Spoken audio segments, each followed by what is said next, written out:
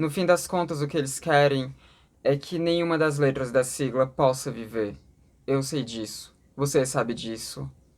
Eles sabem disso.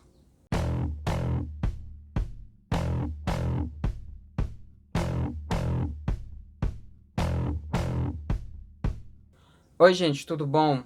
Então, hoje a gente vai aqui falar sobre um assunto pesado, mais uma vez.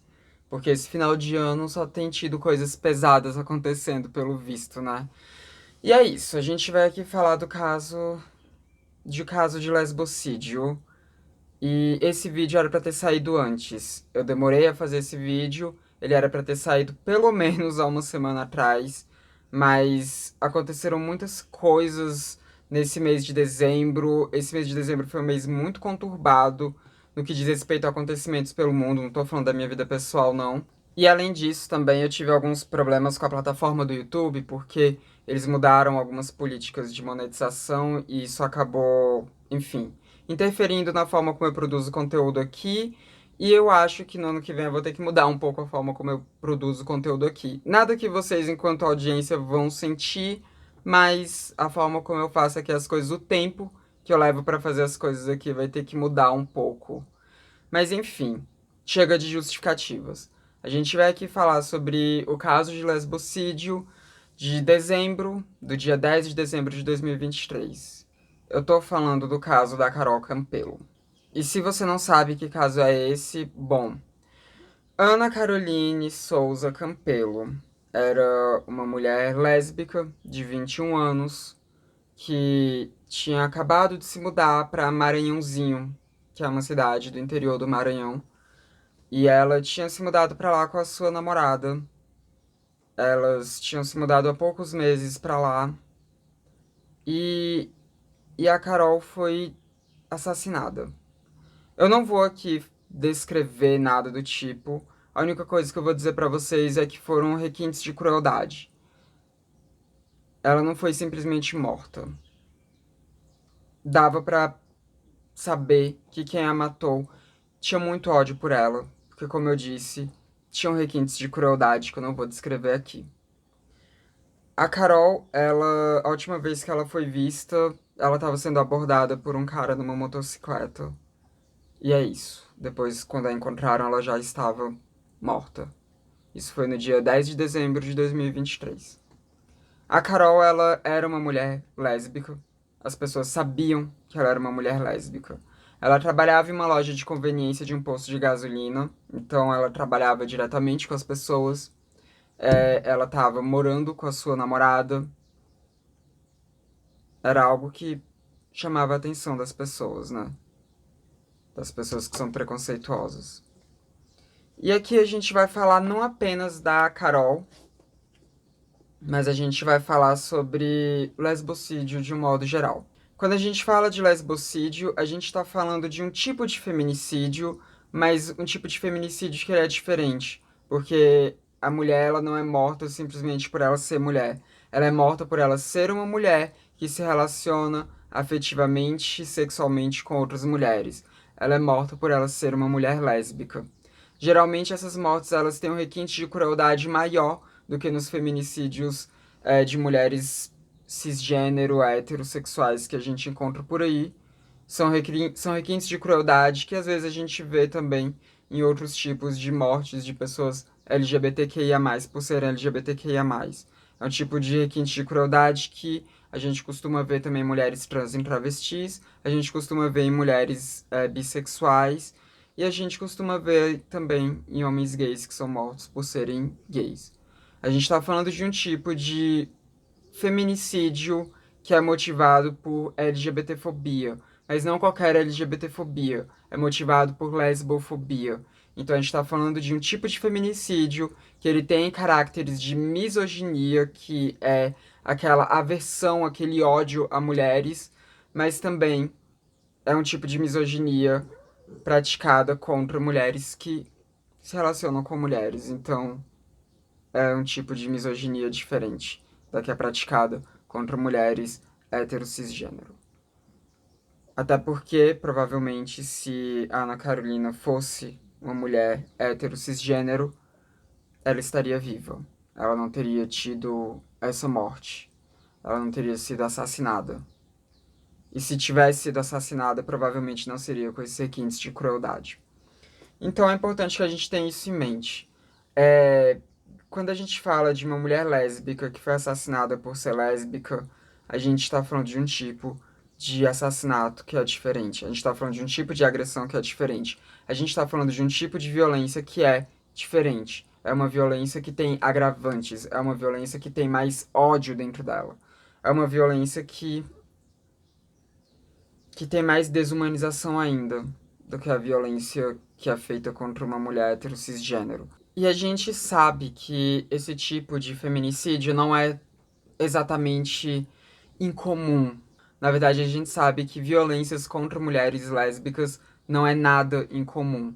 Mulheres lésbicas são costumeiramente violadas de diversas formas possíveis. Tanto sexualmente, a gente sabe que inúmeras vezes tentam usar estupro corretivo. Homens, mais especificamente, tentam usar de estupro corretivo, de violências sexuais corretivas contra mulheres lésbicas. A gente sabe que isso não é incomum de acontecer. Esse tipo de coisa muitas vezes acontece, inclusive, dentro de âmbitos familiares, né? Geralmente é um familiar que quer corrigir aquela mulher por ela ser lésbica, como se ela precisasse de correção por ser lésbica e como se uma violência sexual fosse algum tipo de método de correção sobre qualquer coisa. Definitivamente não é. É só uma violência absurda.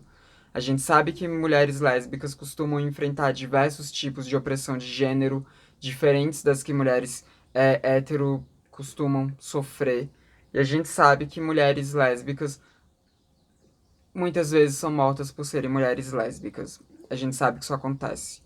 A gente só não tem muito uma tabelação desses dados. A gente não tem estudos sendo feitos a respeito sobre as mortes dessas mulheres. A gente não tem dados para poder ver como são essas mulheres, como que essas mulheres morrem. A gente não tem isso. A gente teve isso uma vez, pelo menos eu não achei nada mais recente, mas teve o dossiê do lesbocídio, que foi feito pela UFRJ e saiu no ano de 2018, e ele tabulava dados de 2014 a 2017. Dados esses que foram colhidos por pesquisadoras que foram colhendo informações de mídia. Não foi algo assim que veio do IBGE, por exemplo. Não é algo que veio do próprio governo fazendo uma tabulação de dados. Foi algo que foi produzido pela UFRJ, mas não foi produzido pelo governo. Não foi uma procura que o governo teve em colher esses dados e entender esse tipo de opressão. Não foi. Foi por parte de pesquisadoras de uma universidade federal que quiseram fazer esse material. E esse material, volto a dizer, eu não sei se depois ele foi refeito, eu não sei se a gente tem uma edição de 2019 tabulando os dados de 2018, eu não sei se a gente tem uma versão de 2020 tabulando os dados de 2019, uma de 2021 tabulando os dados de 2020, uma de 2022 tabulando os dados de 2021, uma de 2023 tabulando os dados de 2022. E eu não sei se a gente vai ter uma de 2024 tabulando os dados de 2023. Eu não sei, porque eu só encontrei esse dossiê de 2014 a 2017. Ele vai estar aqui embaixo para vocês consultarem ele, enfim, na caixa de descrição. Mas esse dossiê ele apontou pra gente algumas coisas que são dados assim que são relevantes de serem compartilhados com vocês. Por esse dossiê, a gente viu que cerca de 83% dos casos de lesbocídio, eles não foram cometidos por familiares. Quando a gente fala de feminicídio, a maioria dos casos de feminicídio foram cometidos ou por familiares, ou então por companheiros, por maridos, namorados, ex-namorados, ficantes, enfim, por homens que se relacionavam com aquelas mulheres que eles mataram, ou que já se relacionaram com aquelas mulheres que eles mataram. Quando a gente está falando de lesbocídio, a gente está falando de um tipo de crime que em 83% dos casos, esse agressor, esse assassino, ele não tem nenhum tipo de vínculo com aquela pessoa. Muitas vezes ele não conhece aquela mulher que ele tá matando. É um tipo de crime que vem de um ódio diferente, um ódio por lésbicas, não necessariamente um ódio àquela mulher especificamente, mas o que aquela mulher representa. Quando a gente fala de feminicídio, geralmente são crimes que são cometidos por aquela mulher ser uma mulher, mas por um ódio motivado por aquela pessoa específica, por aquela mulher específica. Vem, obviamente, de toda uma desumanização das mulheres que a gente tem isso acontecendo sistematicamente no nosso país que é altamente machista, altamente patriarcal, mas que esse ódio é direcionado àquela figura específica por algum motivo específico que aqueles homens acharam que, enfim, eles poderiam ter o poder sobre aquela morte. Quando a gente fala de lesbocídio, a gente está falando de pessoas que não têm um ódio direcionado àquela pessoa específica, mas sim ao que aquela pessoa representa enquanto ser uma lésbica. 83%. É um número muito alto, e nisso já mostra uma diferença grande entre os feminicídios comuns e os feminicídios com esse caráter de lesbofobia, dos lesbocídios. Um outro dado relevante aqui que esse levantamento, que esse dossiê apontou, é a idade dessas vítimas. A gente tem diversas idades onde isso acontece, mas a maioria está concentrada entre 20 a 24 anos. As vítimas, da maioria dos casos, possuem entre 20 a 24 anos. 34% das vítimas de lesbocídio que foram tabuladas por esse dossiê tinham entre 20 e 24 anos. A Ana Carolina, ela tá totalmente dentro desse número. E aqui a gente vê o quanto que as mulheres mais jovens são aquelas que estão mais vulneráveis. A gente está falando de 20 anos, que geralmente é uma idade onde as mulheres lésbicas costumam se assumir, né? Geralmente é mais ou menos nesse momento da vida, o início da vida adulta. E a gente está falando sobre mulheres muito jovens que muitas vezes não têm tanta estrutura, não têm tanta estabilidade e que, enfim, muitas vezes elas não têm muito apoio, muita rede de apoio, então acabam sendo vítimas mais fáceis. Então, esse é um dado relevante também, saber a idade que essas mulheres estão mais vulneráveis. Então é isso. 34% das vítimas costumam ter entre 20 e 24 anos. Um outro dado aqui que também acaba trazendo o caso da Carol Campelo para dentro desse dossiê, que, enfim, acaba mostrando que ela estava muito próxima do que a gente costuma ver como vítimas desses casos, é o interior. E quando eu digo interior, eu tô falando de cidades do interior. Porque esse dossiê apontou que uma lésbica que mora em uma cidade do interior, ela tem o dobro de chances de ser assassinada do que uma lésbica que mora em uma cidade grande. Em uma cidade, enfim, como uma grande metrópole e tudo mais. E elas estavam morando em Maranhãozinho, interior do Maranhão, então já era um alvo mais fácil. E aqui tem algo que eu sempre digo para as pessoas LGBT que me seguem, é que elas tentem viver numa cidade grande. Eu sei que isso não é possível para todo mundo, mas que elas procurem se mudar para cidades grandes, porque em cidades grandes a gente encontra mais pessoas parecidas conosco, a gente encontra mais pessoas LGBT, a gente costuma encontrar uma comunidade LGBT, isso dá pra gente mais proteção, isso dá pra gente um grupo de pertencimento, isso dá pra gente uma cultura nossa ali para que você se insira, isso dá pra gente amizades que passam pelo mesmo que nós, isso dá pra gente uma possibilidade de construção de família, já que muitas vezes a nossa família de sangue não nos aceita enquanto pessoas LGBT. E muitas vezes a gente tem que romper com a nossa família de sangue. E também em grandes cidades a gente costuma estar mais protegida de violência. Às vezes parece que não, porque também em grandes cidades a gente vê casos muito gritantes de violência contra pessoas LGBTQIA+.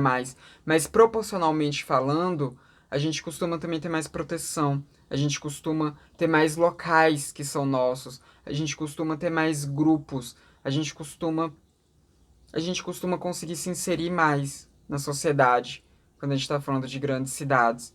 Então, eu sempre falo isso para as pessoas que me seguem, né? Para que elas tentem sair do interior, para que elas tentem ir para alguma grande cidade. Eu não digo isso para elas irem para uma grande cidade assim, com uma mão na frente e outra atrás, como as pessoas costumam dizer, né?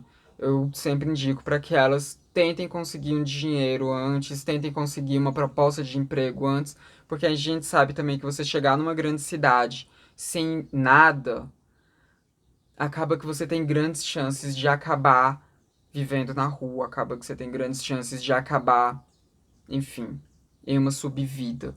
Então, eu sempre indico para que vocês procurem viver em grandes cidades, mas façam isso com planejamento, com responsabilidade, façam isso com algum tipo de segurança, inclusive segurança de que vocês possam voltar para a cidade onde vocês moram, caso vocês não consigam fazer a vida numa cidade grande, porque nem todo mundo consegue, porque é uma coisa assim difícil. Então, eu sempre sugiro para que vocês se mudem para cidades grandes, mas façam isso com planejamento, para vocês não se tornarem alvo de algum tipo de violência também. Cidades grandes costumam ter grandes índices de violência também.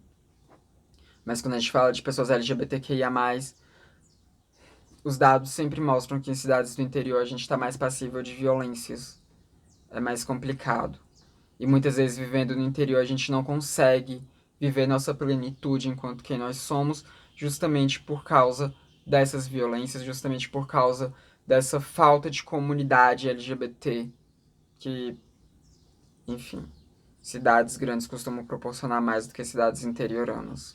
E uma outra coisa também que é importante de se dizer é que em torno de 57% das vítimas de lesbocídio são mulheres que não eram femininas, são mulheres que não performavam essa coisa da feminilidade, ou seja, eram mulheres que não tinham uma passabilidade hétero, eram mulheres que era mais visível que elas eram lésbicas, as ditas caminhoneiras ou as ditas lésbicas masculinas, enfim.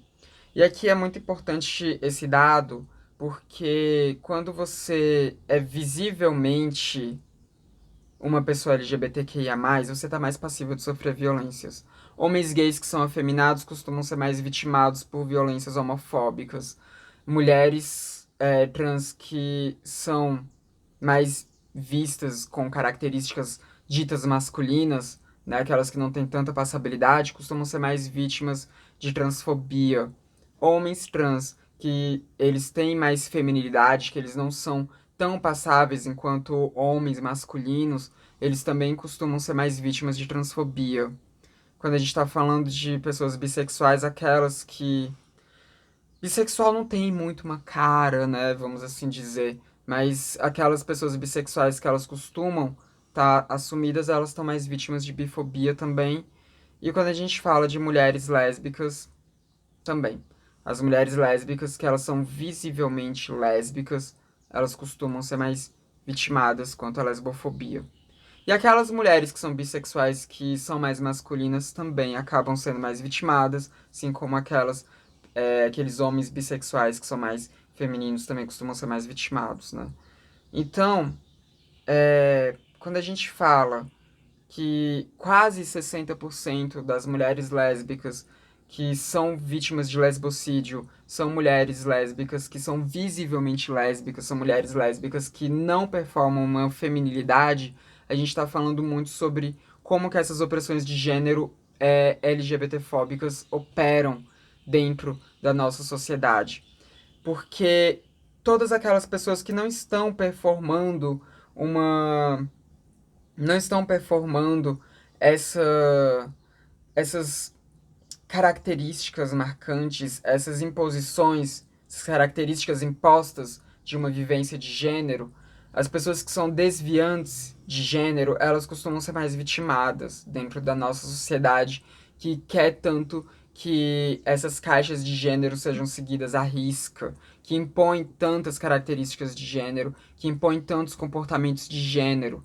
Essas pessoas que desviam disso, as pessoas que são dissidentes de gênero, são as pessoas que estão mais passíveis de sofrer violências LGBTfóbicas na nossa sociedade. Porque essas pessoas elas são mais visivelmente não conformes, elas são mais visivelmente LGBTs. E é muito triste isso, e é muito preocupante também. Isso mostra o quanto que a gente precisa fazer mudanças na nossa cultura, quanto que a gente precisa quebrar essas noções tão fechadas de gênero, o quanto que a gente precisa quebrar esses estereótipos de gênero, o quanto que a gente precisa mudar as nossas percepções quanto ao que confere, ao que confirma, ao que molda o gênero das pessoas, ao que a gente entende enquanto gênero. Porque eu não acho que a gente vai ver gênero sumindo nem tão cedo na nossa sociedade. Pode ser que um dia aconteça, mas a gente precisa ao menos ir flexibilizando esses entendimentos do que é uma mulher, do que é um homem, do que tem que ser uma mulher, do que tem que ser um homem. A gente precisa flexibilizar isso. A gente precisa mudar essas noções. Porque enquanto a gente tiver pessoas sofrendo mais violência de gênero por elas não performarem aquele gênero esperado delas, a gente está falando sobre uma doença da nossa sociedade. Isso tem muito a ver com patriarcado, isso tem muito a ver com machismo, porque é o patriarcado, é o machismo que dita quais são as características de gênero que você tem que seguir. É o machismo, é o patriarcado que dita qual é o seu gênero e o que você tem que performar dentro daquele gênero.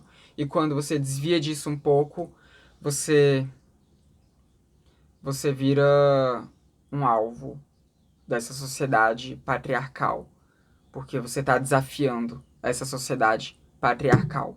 E você faz esse desafio simplesmente por você ser você. Isso é muito bizarro.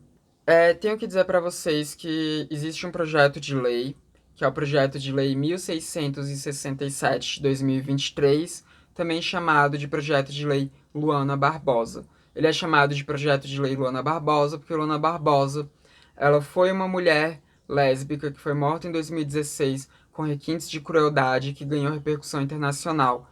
Ela foi assassinada aqui no Brasil, né? Obviamente.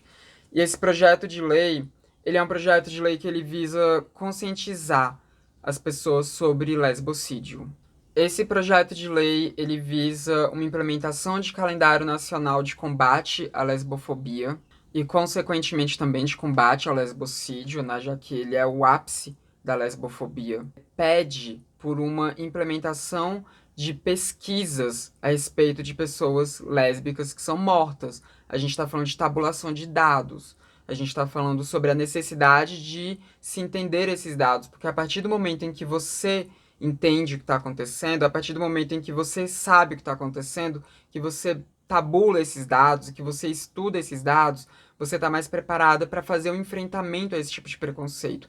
Então, a tabulação de dados é extremamente importante. As pesquisas feitas a respeito de como esses crimes acontecem, de quais as motivações desses crimes, aonde esses crimes acontecem, quais são os perfis de vítimas, elas direcionam campanhas para os locais corretos, para as pessoas corretas, elas direcionam campanhas de forma correta para visar justamente proteger as vítimas que são mais facilmente vitimadas desse tipo de crime. Então, a tabulação de dados, as pesquisas fomentadas são extremamente importantes.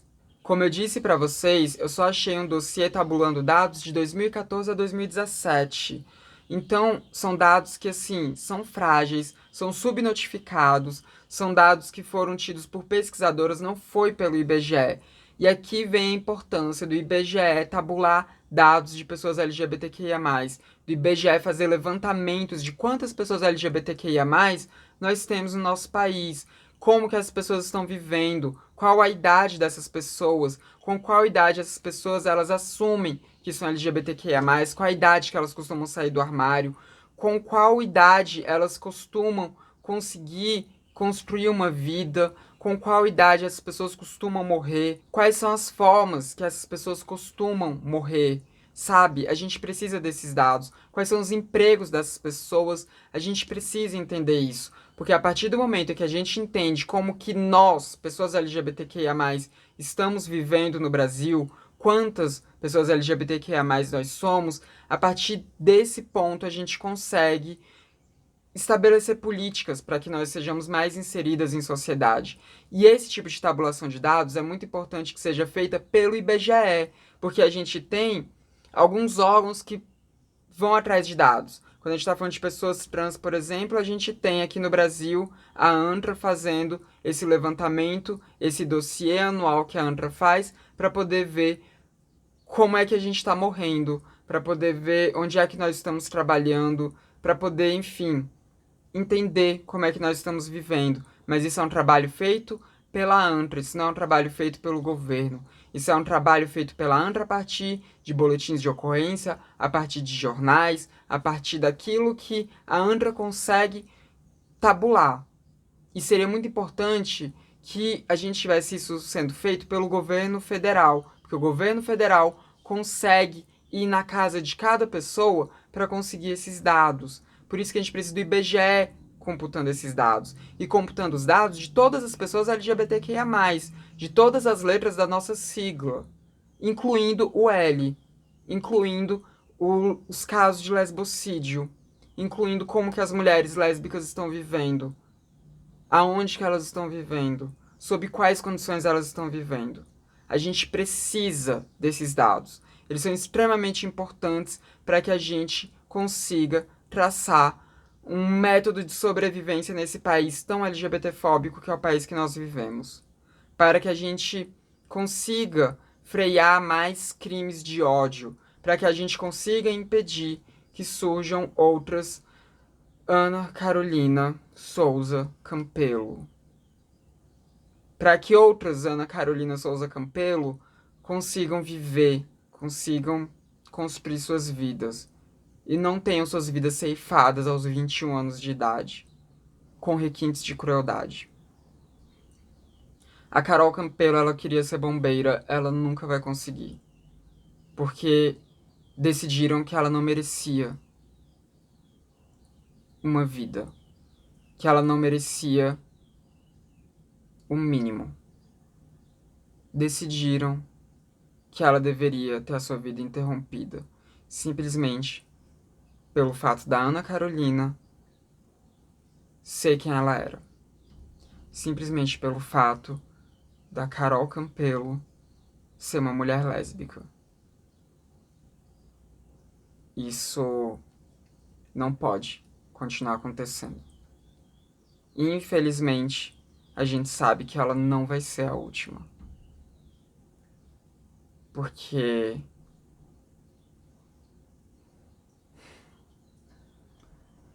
nem o nosso Estado liga pra nós, pessoas LGBTQIA+. É isso. Eu não tenho tanto mais a acrescentar sobre esse assunto, pelo menos não por enquanto. Acho que eu falei tudo que eu conseguia falar sobre esse caso, que foi um caso muito triste, muito, muito triste, mas que precisa ser falado, porque a gente não pode deixar que as vidas de mulheres lésbicas continuem sendo tão invisibilizadas no nosso país. Então é isso. Comentem aí o que vocês acham desses dados, comentem o que vocês acham dessas opressões, comentem aí embaixo. Não se esqueçam de deixar o like de vocês, mesmo que esse vídeo tenha sido pesado, mesmo que esse vídeo não tenha sido divertido, o like de vocês faz esse vídeo chegar a mais pessoas. É um assunto importante de ser falado. Então deixem o like de vocês. Não se esqueçam também de se inscrever nos canais, caso vocês não sejam inscritos ainda. Esse foi mais um vídeo do Transmissão, canal sem tema. A gente se vê na próxima. Até mais.